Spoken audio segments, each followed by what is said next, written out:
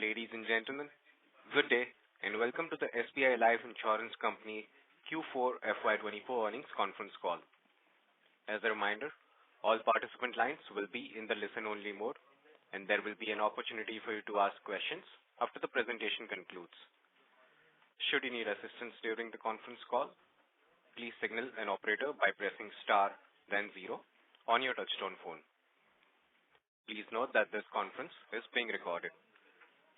I now hand the conference over to Mr. Amit Jhingran, MD and CEO, SBI Life Insurance. Thank you, and over to you, sir. Good evening, all. We from SBI Life Insurance Company Limited welcome you all to the results update call of the company for year ended March 31st, 2024. We appreciate and thank you wholeheartedly for your time this evening. Update on our financial results can be accessed on our website as well as on the website of both the stock exchanges. Along with me present here today are Mr. S. Veeraraghavan, Deputy CEO, Shri Sangramjit Sarangi, President and CFO, Abhijit Gulanikar, President, Business Strategy, Subhendu Bal, Chief Actuary and Chief Risk Officer, Mr. Pritesh Chaubey, Appointed Actuary, and Ms. Smita Verma, Senior Vice President, Finance and Investor Relations. We are pleased to inform you that we have successfully maintained the new business thrust and have again delivered enduring performance in this year as well, and we continue to be the market leader across individual and total business. We have sourced highest number of policies in the industry. This aligns with regulators' objective of insurance for all and our goal of broadening our customer reach through our customer-centric product offering. The performance of the company demonstrates our distribution strength and expansive outreach to the customers in cost-efficient manner. Our commitment is to deliver sustainable long-term returns and a holistic growth for all our stakeholders. During the financial year 2024, we continue to remain focused on growing our business at sustainable rate, offering varied products in our basket to align with the customer demand, creating a balanced distribution mix, and maintaining a best-in-class cost ratio and persistency levels. Let me give you some key highlights for the financial year 2024. New business premium registered a growth of 29% over previous year and stands at rupees 382.4 billion and maintained private market leadership with share of 24.6%. Individual new business premium stands at rupees 238.3 billion with a strong growth of 14% and a private market share of 25.8%. Gross written premium stands at rupees 814.3 billion with a growth of 21%. Protection new business premium grew by 15% to rupees 41.7 billion. Profit after tax stands at rupees 18.9 billion with 10% growth over last year. Value of new business stands at rupees 55.5 billion, registering a growth of 9% over last year. VONB margin stands at 28.1% for year ended March 31st, 2024. Embedded value stands at rupees 582.6 billion, registering a growth of 27% over rupees 460.4 billion in March 2023. Embedded value operating earning stands at rupees 100.5 billion with a growth of 11%, and operating return on embedded value stands at 21.8%. Assets under management grew by 27% to rupees 3,889.2 billion. Robust solvency margin of 1.96 as against the regulatory requirement of 1.50. Customer satisfaction is at the heart of our operations. We constantly strive to exceed expectation and enhance the overall experience for our policyholders. The improvement in our Net Promoter Score reflects the growing trust and satisfaction among our customers, highlighting our dedication to their financial well-being. It gives me immense pleasure to say that we have recorded NPS score of 72 in the current year as against 59 in previous year. We will now update you on each of the key elements in details. Let me start with premium. Individual new business has grown to rupees 238.3 billion with a year-on-year growth of 14%. Single premium contribution is 31% of individual new business premium, which is mainly attributed to growth in our individual annuity product. If we exclude the annuity business, single premium contributes 12% of individual business. The company gained in private market share by 149 basis points to 25.8% and industry market share by 144 basis points to 15.9%. On individual rated new business premium, we stand at rupees 172.3 billion with a growth of 13% over last year and maintaining our leadership position with private market share of 23.3% with a gain of 107 basis points, and at industry level we gained by 118 basis points and market share stands at 15.8%. Also, group new business premium stands at rupees 144.1 billion with contribution of 38% in new business premium and a tremendous growth of 66% over last year. The company gained in private market share by 635 basis points to 22.8%. Having said that, we have collected total new business premium of rupees 382.4 billion, registering private market share of 24.6% with a gain of 326 basis points, and at industry level we gained 213 basis points with a market share standing at 10.1%. Renewal premium grew by 14% to rupees 431.9 billion, which accounts for 53% of the gross written premium. To sum up, gross written premium stands at rupees 814.3 billion with a growth of 21% over previous year. In terms of APE, premium stands at rupees 197.2 billion, registering a growth of 17%. Out of this, individual APE stands at rupees 174 billion with growth of 13%.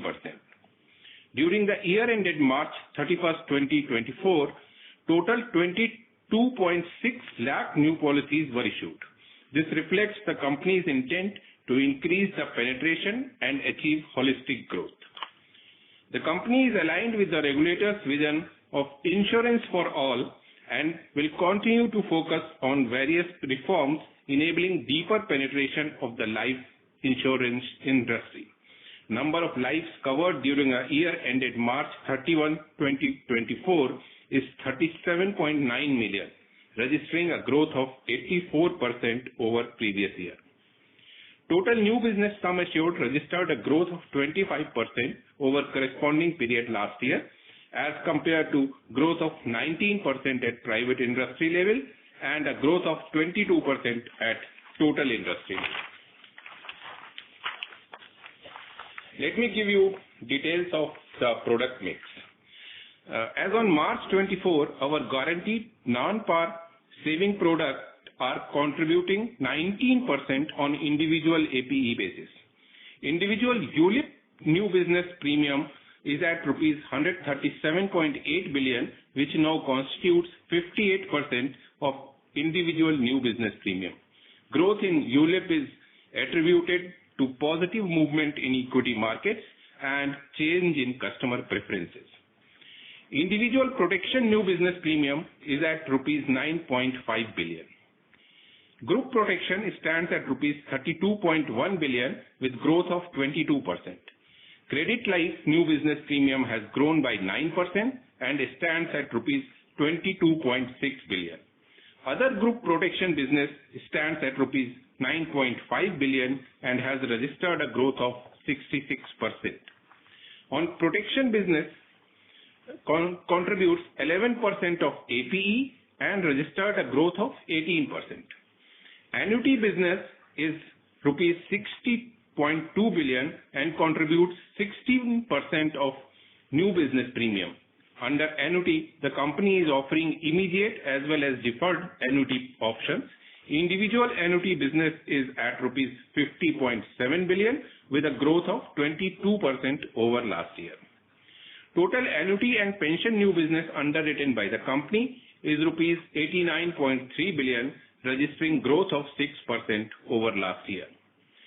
Moving to update on distribution partners, with a strength of more than 59,000 CIFs, SBI and regional rural banks, bancassurance business contributes a share of 64% and grew by 9% in individual new business premium, and on individual APE basis, it stands at rupees 117.2 billion with a growth of 12%.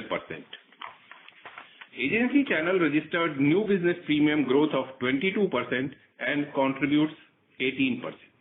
Agency channel individual APE showed a growth of 14% over last year and stands at rupees 48.4 billion. As on March 31st, 2024, the total number of agents stands at 2,46,078, a growth of 18% over last year. During the year ended, the company added net 37,304 agents. The share of agency business in individual rated premium has increased from 27% in previous year to 28% in current year. During the year ended March 31st, 2024, other channels like direct, the corporate agents, brokers, online and web aggregators grew by 49% in terms of individual new business premium and 17% in individual APE. Linked business through other channel registered growth of 49% on APE basis. The share of other channel in new business premium has increased to 31% in current year from 21% in previous year.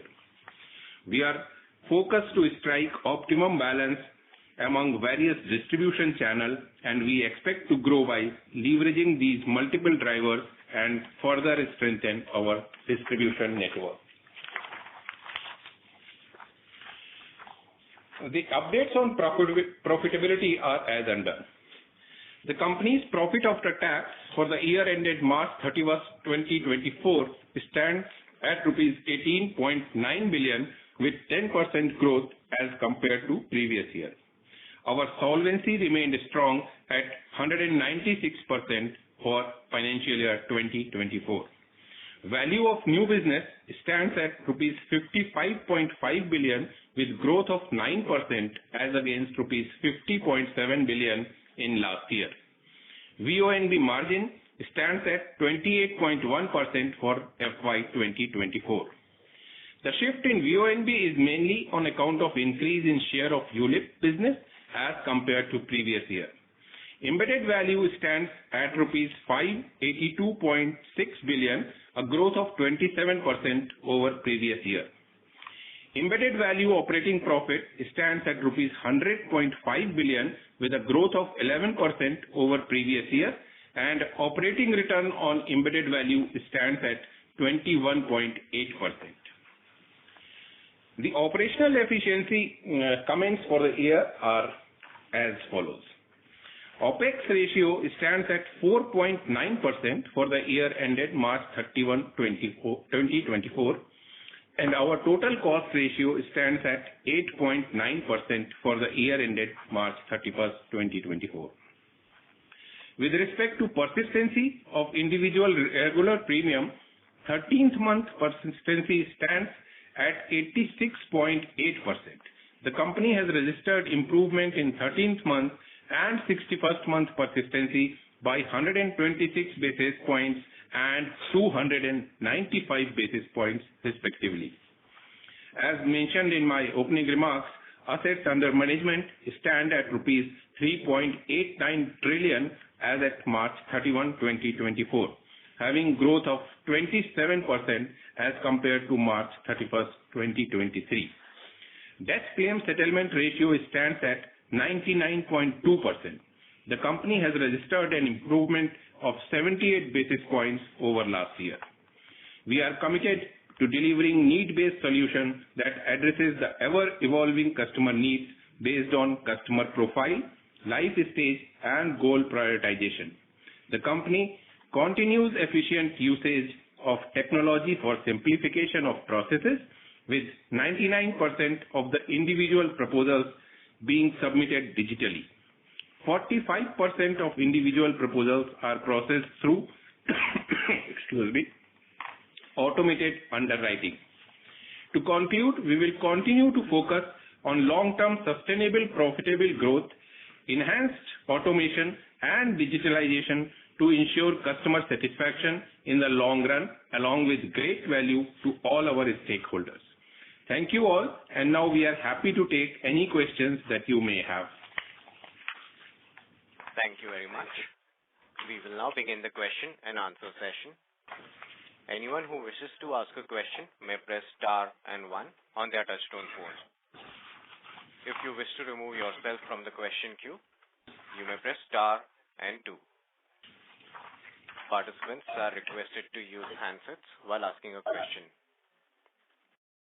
Ladies and gentlemen, we will wait for a moment while the question queue assembles.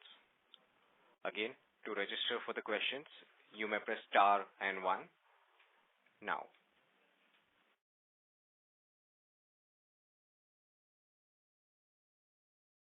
Our first question is from the line of Madhukar Ladha from Nuvama Wealth.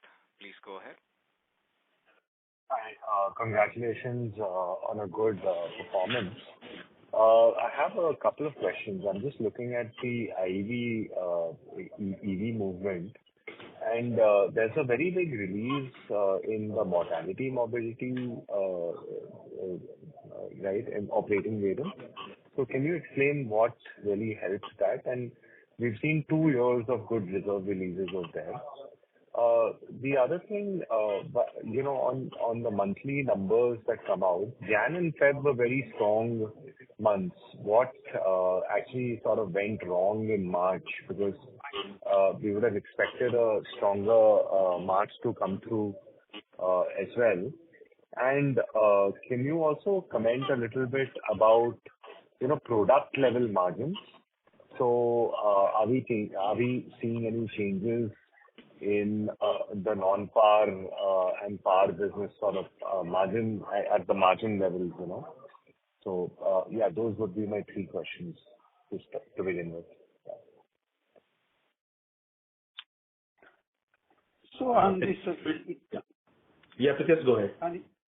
On EV part, if you look at the operating variance, we have made the mortality positive variance. This is a similar thing last year as well, if you look into that.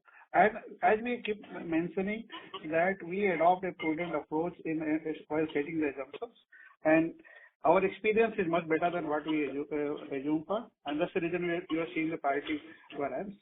Other point that we mentioned last time as well, that in the group platform, we always wanted to take the schemes which are profitable, and those schemes also contributed. We are not just seeking to get the market share on the group term business or credit life business. So both the places you are seeing have mortality variance coming into. On the product level margin, I think we don't disclose on the product level, but I can say you that each and every time we review our product in terms of movement in the interest rate and all other experience. And within the product, we try to optimize the value, both in terms of the margin for the shareholder, as well as the better return and better offering to the policyholder as well. And some of the things like we keep adopting the segmented approach in terms of the product offering. So different segments have different experience, and we try to reflect those segmental experience in our product offering, and that's also helping to get the margin enhancement. Last quarter, we launched 2 pure TRP product for segment, higher segment, which is 25 lakhs and above. just to get a very attractive attraction in the market, and that's also helping enhancing our margin. And we expect this is going to be further enhance our margin on that level. Understood. If I get you correctly, the mortality morbidity releases are more from the group business than from the retail protection business. This is all across all because it's a reflect of our composition of existing business. So not coming specific for any particular line. It keep coming from the across all the line, including protection, including unit link, or even traditional product as well. Because we keep selling traditional individual TROP. So all prospective, they're getting this parity variance on that. Okay, but would it be more from the group business? Any sense on the contribution? I don't think this is especially coming from the group business. I think overall basis is coming from. Overall. Okay, understood. Got it. Thank you. Thank you. Our next question is from the line of Prayesh Jain from Motilal Oswal. Please go ahead. Yeah, hi, and congratulations on a good set of numbers. Just, could you repeat the point on the VNB margins? What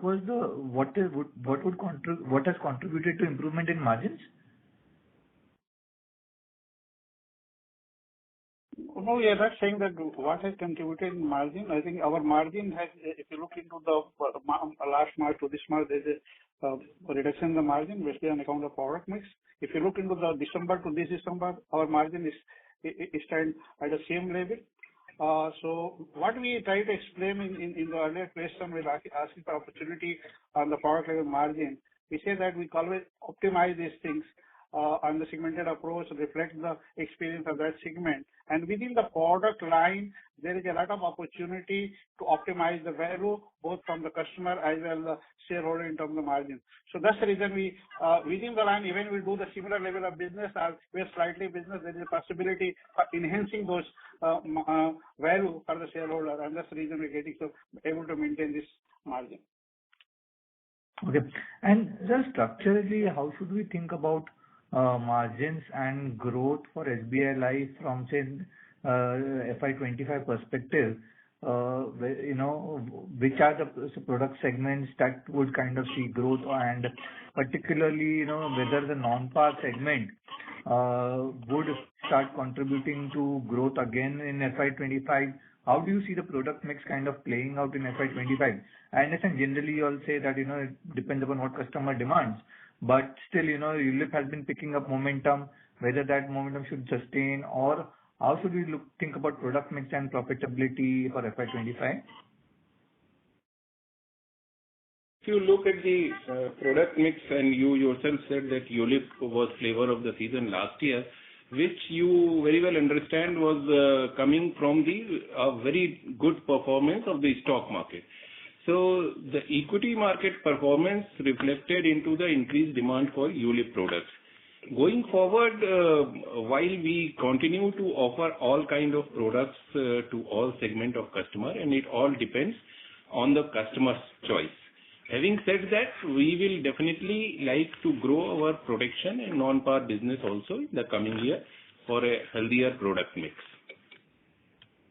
And that should reflect, ideally, if that translates, that should reflect into better margins? It will be, yeah, definitely that will affect our margins, and that effect will be for the positive, I must say. Okay. And just would you give some granularity on the individual annuity, which has been growing very strongly for you, and how does annuities kind of impact your VNB margins? So on the growth, this retired people is the fastest growing segment of Indian population, and the NPS scheme is also giving good feeling to the annuity business. So in terms of volume growth, we expect annuity to be a long-term growth story in India. Ritesh, anything on margin? I think this is annuity is a very profitable business for us, and it is helping us to enhance the margin for the company. So we try to reprice actively, try to get the business the cost which is reflecting to the investment return and is margin enhancing. Okay. Would the profitability be higher than the company level? We don't disclose, but the moment I'm saying that it is helping us enhancing the margin, is giving this rate as well. Yeah. Can I squeeze in one last question? The private players, all the other private players as well, are now looking for more granular growth wherein, they would be entering tier 2, tier 3 cities, branch expansions. SBI Life, I think, has a better presence in those cities and geographies. Would you see increased competitive pressure with respect to commission payouts and resultant, and also some pressure on margins because of the kind of competition that could come in? And your thoughts on competition increasing in tier 2, tier 3? So our presence, SBI Life's presence through SBI branches as well as our agency network has already been strong in not only tier 2, tier 3 cities, but also in the rural areas. So, and even now there exists a lot of scope. Having said that, we also say that we don't play the commission game to increase the top line, and we will, going forward, also stick to that. We will meet the customer's expectation, we'll provide them better experience, and that will drive our business in the coming year also. Thank you. Thank you. Ladies and gentlemen, in order to ensure that the management is able to address questions from all the participants in the conference, please restrict your questions to 2 per participant. If you have a follow-up question, you can rejoin the queue. The next question is from the line of Sanket Godha from Avendus Spark. Please go ahead. Yeah, thank you for the opportunity. Actually, the biggest question what I have is that in the current quarter, your banca channel seems to have been muted, very muted actually, because you don't have a base problem what other private companies had. And the growth was been pretty weak in the banca channel, low single digits. So just wanted to understand what led to that muted trend in the banca channel growth, both in SBI and other banca relationship. And I think one of the participants asked that question, why March suddenly fell off the cliff when Jan and Feb were good. So just wanted to understand how do we read these numbers and how you expect banca to do going ahead in that sense. That's my first question. Maybe after you answer that, I might squeeze in one more. So if you have been following the company, you will be aware that the banca channel, over the 4 quarters, December quarter is always the best, and that was true this year also.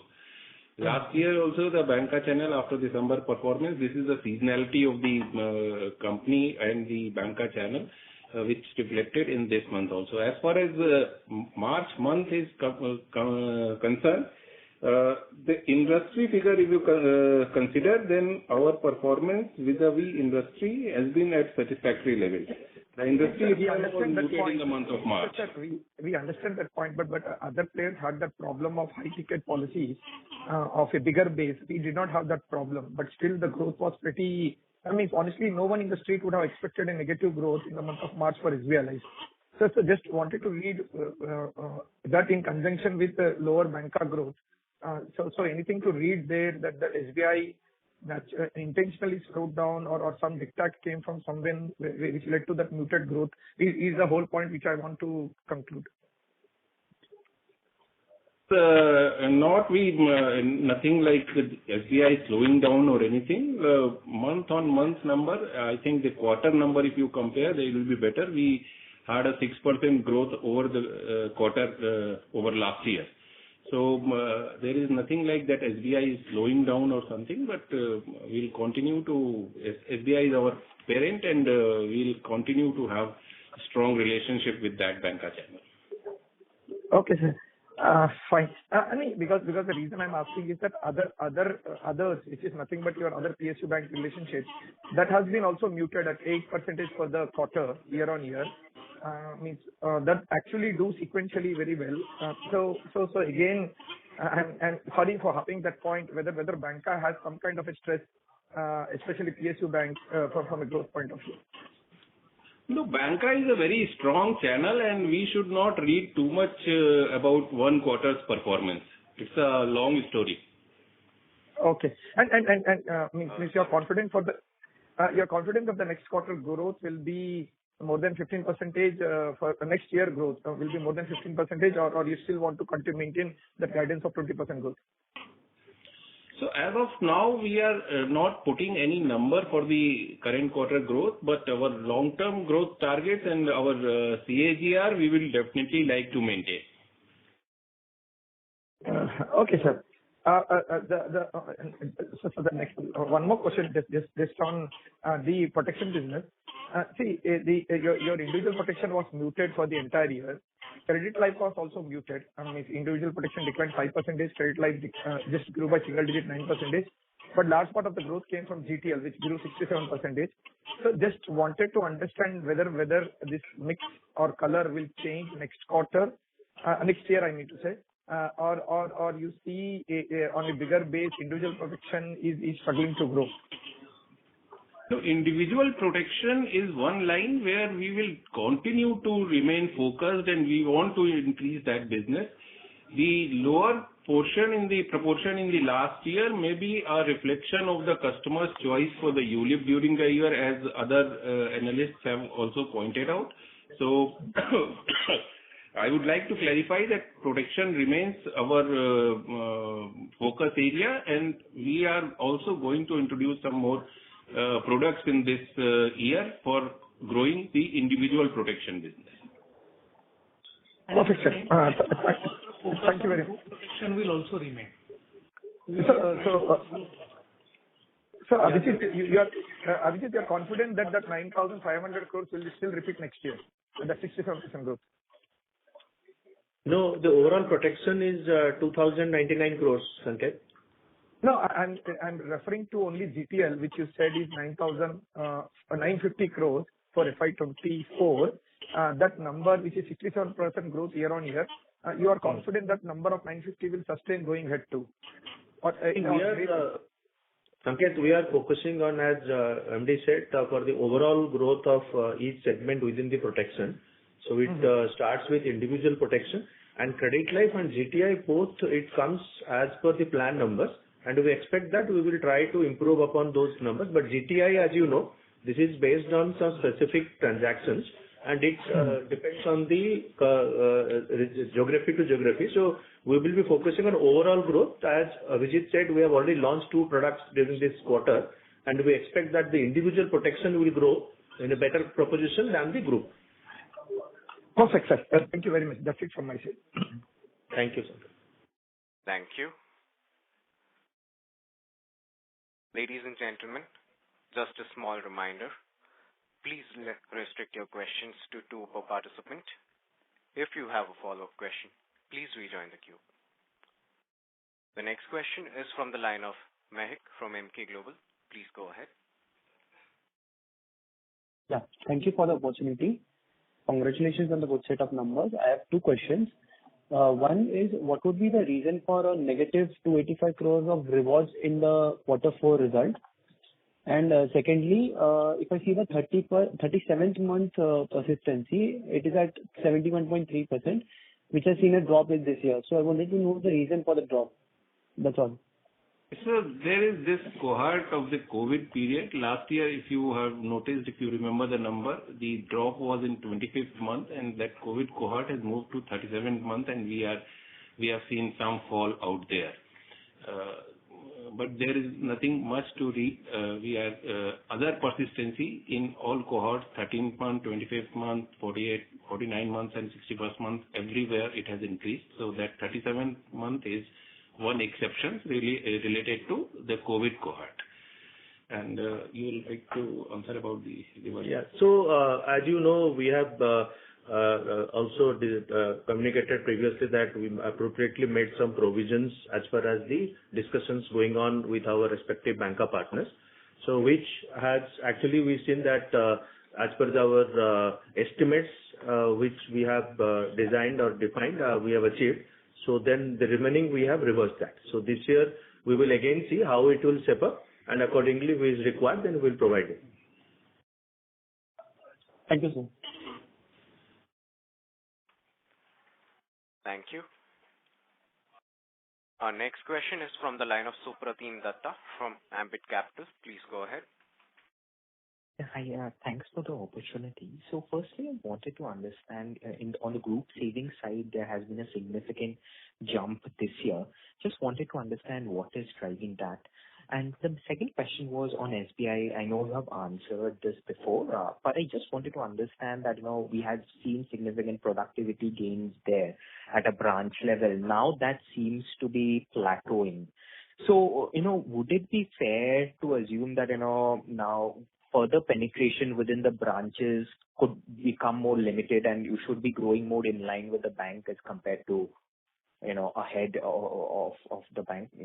Is that a correct assumption to make? Those are my two questions. Thank you. Look at the branch penetration in SBI. Our penetration in the overall customer base of SBI is only around 2%. And if you see the insurable kind of people with more than, say, 10,000 balance, there also our penetration is between 3.5% to 4%. So that leaves is still a very, very large population of customers of 96%. So you cannot say that it is plateauing. We are making conscious effort to improve insurance penetration in the entire population, and there is a 96% kind of cohort where we have ample scope to improve the productivity further. On the part of group savings, as you know, these are all lumpy businesses. So depending upon the corporate's requirement, we get across the year.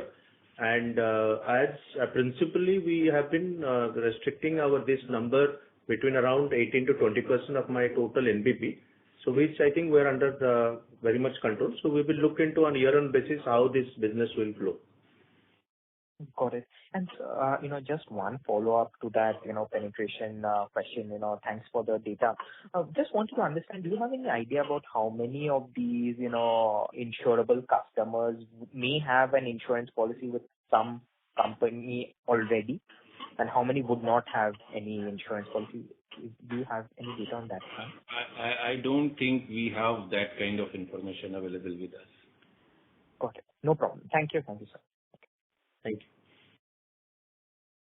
Thank you. The next question is from the line of Nitesh Jain from Investec Capital. Please go ahead. Thanks for the opportunity. Two questions. Firstly, what all is constituted in other channel that we disclose? In bancassurance, I think only SBI Bank is considered. In others, what all channels are included? And secondly, if you can give the breakup of protection, group protection APE between between GTI and credit life for FY24 and FY23. See, other channel consists of my all banker relationships, excluding SBI, and corporate agents, brokers, and the other online channel also. And the bifurcation of the group protection, the difference is around 55% of the total protection is coming from this credit life and GTI. Yes, so between GTI and credit life, if you can give the number, what is the contribution from credit life and GTI in the APE individual? So for GTI, it will be 930 crores, and for credit life, it will be 226 crores. So these are on AP with? AP. Okay. Thank you. That's it from me. Thank you. Thank you. The next question is from the line of Dipanjan Ghosh from Citi. Please go ahead. Hello. Good evening. Hope I'm audible. So 2-3 questions from my side. First, a data keeping question. If you can split your expected return on the existing business in your EV work between the unwinding at the reference rate and the unwinding on real world excess return. I assume you used to report it historically. Second, on this other channels, which has been the non-SBI, non-agency channel, which has been reporting quite a strong growth. I just wanted to get some sense of how do you think of the payouts shaping up at these counters once you start expanding at a very fast pace at some of these counters. And lastly, on the margin front, let's say next year when ULIPs, for example, let's say were to compress, do you see competitive pressure rising in some of the other channels in terms of the pricing pressure that maybe your competitors are willing to offer? So is there a risk to your product level margins? So those were my three questions. Pritesh? Yeah. So on this EV, basically expected return perspective, we don't have that right readily available this number. So we need to reflect that. I think to be fair, comparable to the market, we have used that. I think it's a RFR, you know, what is yield curve coming from, and then expected. If you look into total basis point return, is more or less similar as last year. So it is coming on that perspective. And the margin perspective, I don't think much pressure will come on anyone launching the product at all. We try to be reviewing and actively repricing our products. So our endeavor used to be that we keep mentioning that to enhance, either to maintain the margin or try to enhance those margins. So we don't see any stress coming on those product level margin. And on the partners, even this year we have some agreements with our partners for which we had made provision. So next year also we will have some parameter based numbers. So we don't see any significant pressure coming from that side. Sorry, so just one follow up on the first question. Will it be safe to assume that your returns on the excess returns, I mean the real world excess returns, the assumptions have not changed meaningfully this year? Would it be a safe assumption to me? Yeah, it is. That we mentioning is not changed much because as we mentioning the expected return basically look into your blended return that you expected depending on your asset mix or existing portfolio and what you expected in the future. So all approaches remain unchanged, except might be some impact might be happen on account of the change in yield curve that accounted for the new investments. Otherwise, it is fairly safe. You can assume that is similar level. Got it. Thank you and all the best. Thank you. The next question is from the line of Neeraj Toshniwal from UBS India. Please go ahead. Yeah, hi. Congrats on good say. Wanted to understand again on the product level margin. Are we seeing improvement in any of the product level margin because given we were ULIP heavy, still we have managed to deliver a decent say. And would this mean that this will become a base margin going ahead? You can see further improvement with the mix improving in FY25? I think, yes, there is a improvement in the margin within the line of business. So that's also helping us both on the even the non-par or protection side. Even with that, we mentioned that we launched protection product where margin is slightly higher than what it used to be earlier. So we continue reviewing that, so we will see the enhancement coming from. And if you summarize that, if you able to get the better product mix from the current level that we are aiming for, I think there will be upside from the current level rather than any downside. So, and the two products which you talked about, which you have launched in this quarter, which means April, the running quarter, right, are basically focusing on the pure protection plans rather than ROP, if I get it correct. No, this is the two plan that we have launched in Jan. It is mostly on the TROP, the higher segment level with 25 lakhs and above. And we are in the process of reviewing this and coming forward with the pure protection product as well. As your MD also mentioned, that objective is to continue to focus on protection. So we will be continuing reviewing the portfolio and coming out of the other products. 2 or 3 products are already in pipeline in the protection side. Sure, sir. Thank you so much. Thank you. Our next question is from the line of Anurag Mantri from Oxbow. Please go ahead. Yeah, hi. Just one question from my side. So the total number of policies, the individual number of policies in FY24, based on the IRDA data, has grown only 3% this year. This used to be like mid double digit last 2 years. So anything specific to understand from this? See, overall, we have been growing in a better shape as far as the number of policies are concerned in the last few years. This year, our improvement over the ticket size has shown a growth over the number of policies.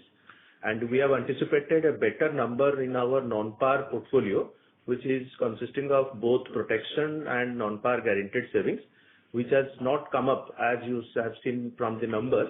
But we expect that this will correct in the coming years because, as already mentioned, we are focusing on the product mix which will go towards non-ULIP. So the number of policies will also enhance in the coming years.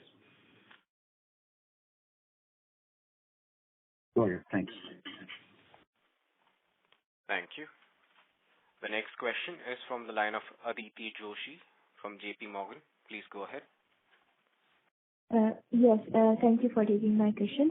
My first question is on the economic assumption change. So when I compare this economic assumption change, the impact of this in the embedded value movement versus the NBV movement, the economic assumption change is positive for EV, whereas negative for VNB. So can you please help explain this difference? And just a related one, that before you change your assumptions, how many years of experience you observe, as in last 2 to 3 years or 5 years, before you think that it's time to make the changes in the assumptions?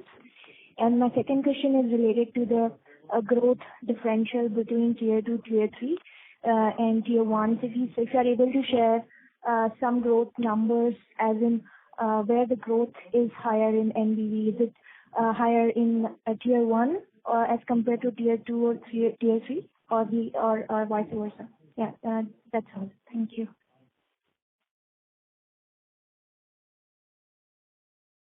Ritesh, can you respond to the first part? Yeah. So I respond to two questions on the perspective. When we set the assumptions, we do look into the historic experience, we look into the trend, and in terms of the trend, we look into the 5-year trend, 3-year trend, and objective is to look into what is the emerging trend, and all our assumptions reflecting to the emerging trend to reflect the demographic assumption income. Other question, you are looking for the, I think, economic impact of the economic assumption change. So when we look into this impact, when we go to the EV, it's reflect the existing book, and that's changed from the point to the point. So if you look at the March changes, yield curve by 31st March 23 to the 34. When you look at the VNB perspective, is the average, and that's reflect of the new business compositions. And as you know that as you centrally also indicate, the interest rate movement will have the different impact on the unit-linked business and non-linked business. That's the reason we see slightly variation coming from that perspective.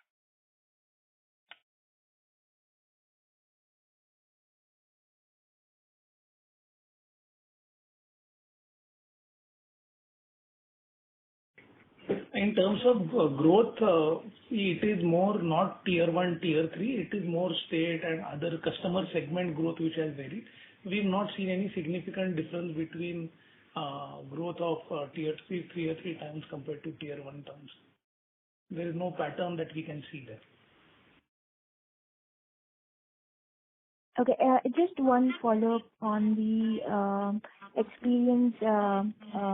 I think I remember just one of your peers, they observed the last 2 years' experience before making any changes to the assumption. So is it last 2 years experience for you as well, or you wait for more years before changing any assumptions?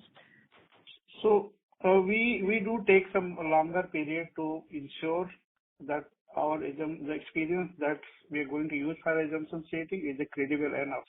Now, credible enough will also depend on the exposure of those line of business others modality, as we said that. But our view is not to make year-on-year changes. Our view is to make an assumption which is sustainable for longer period of time, and to some extent is a prudence in this.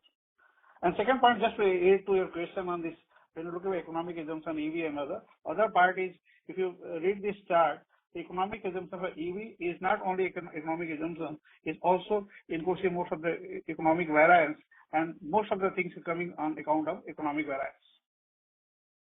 That you expect actual return is much more than what you expected in the yield curve. Mm-hmm. Okay, got it. Thank you so much. Thank you.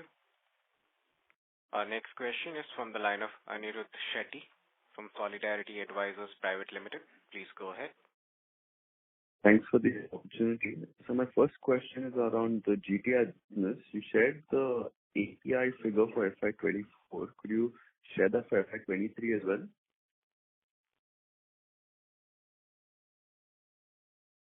So it is around 600 crores. Got it.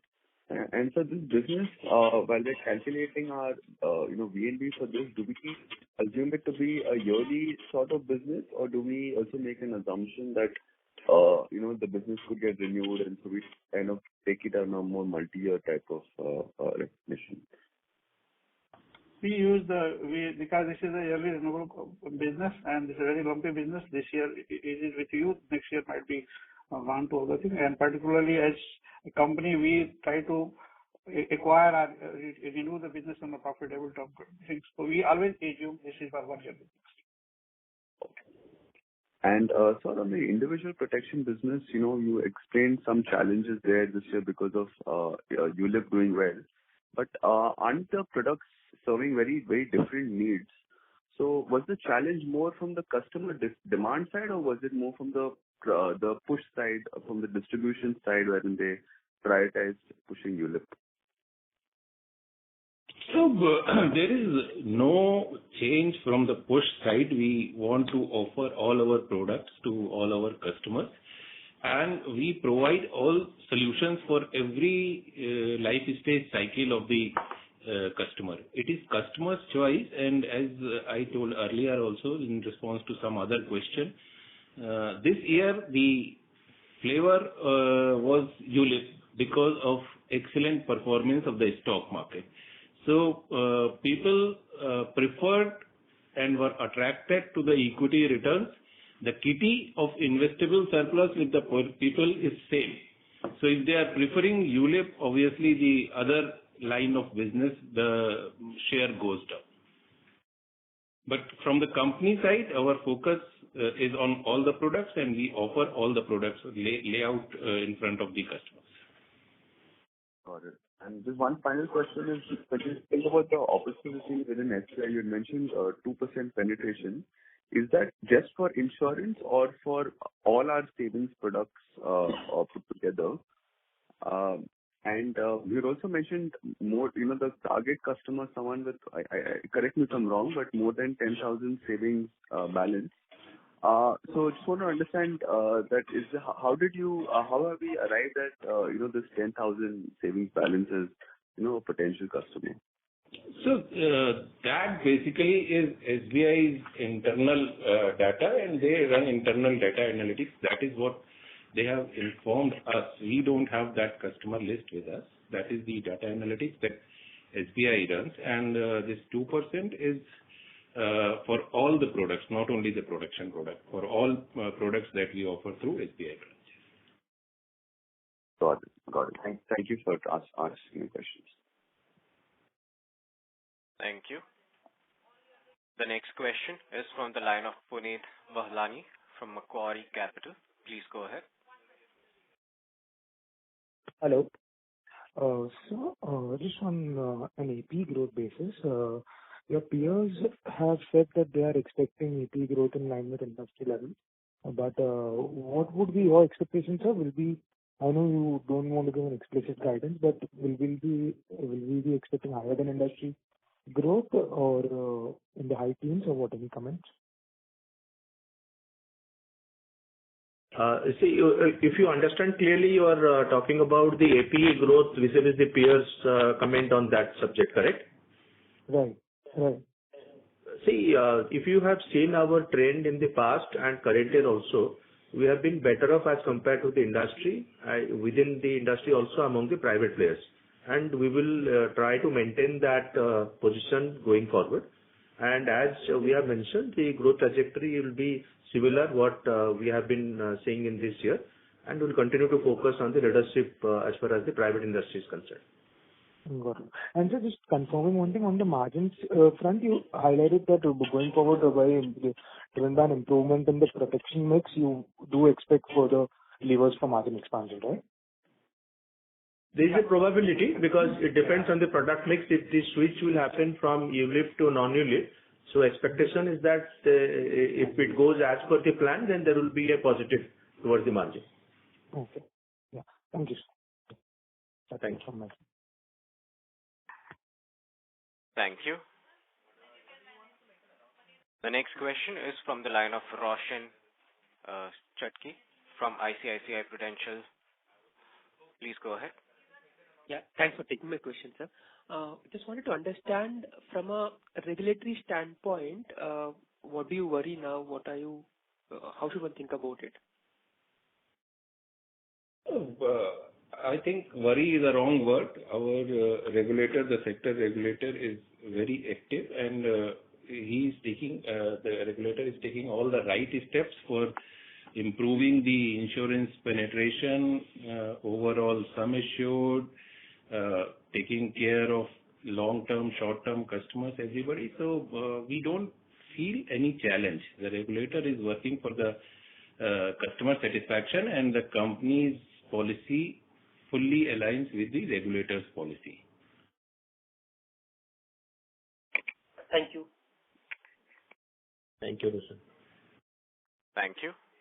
Ladies and gentlemen, we would take that as our last question for today. I would now like to hand the conference over to Mr. Amit Jhingran for closing comments.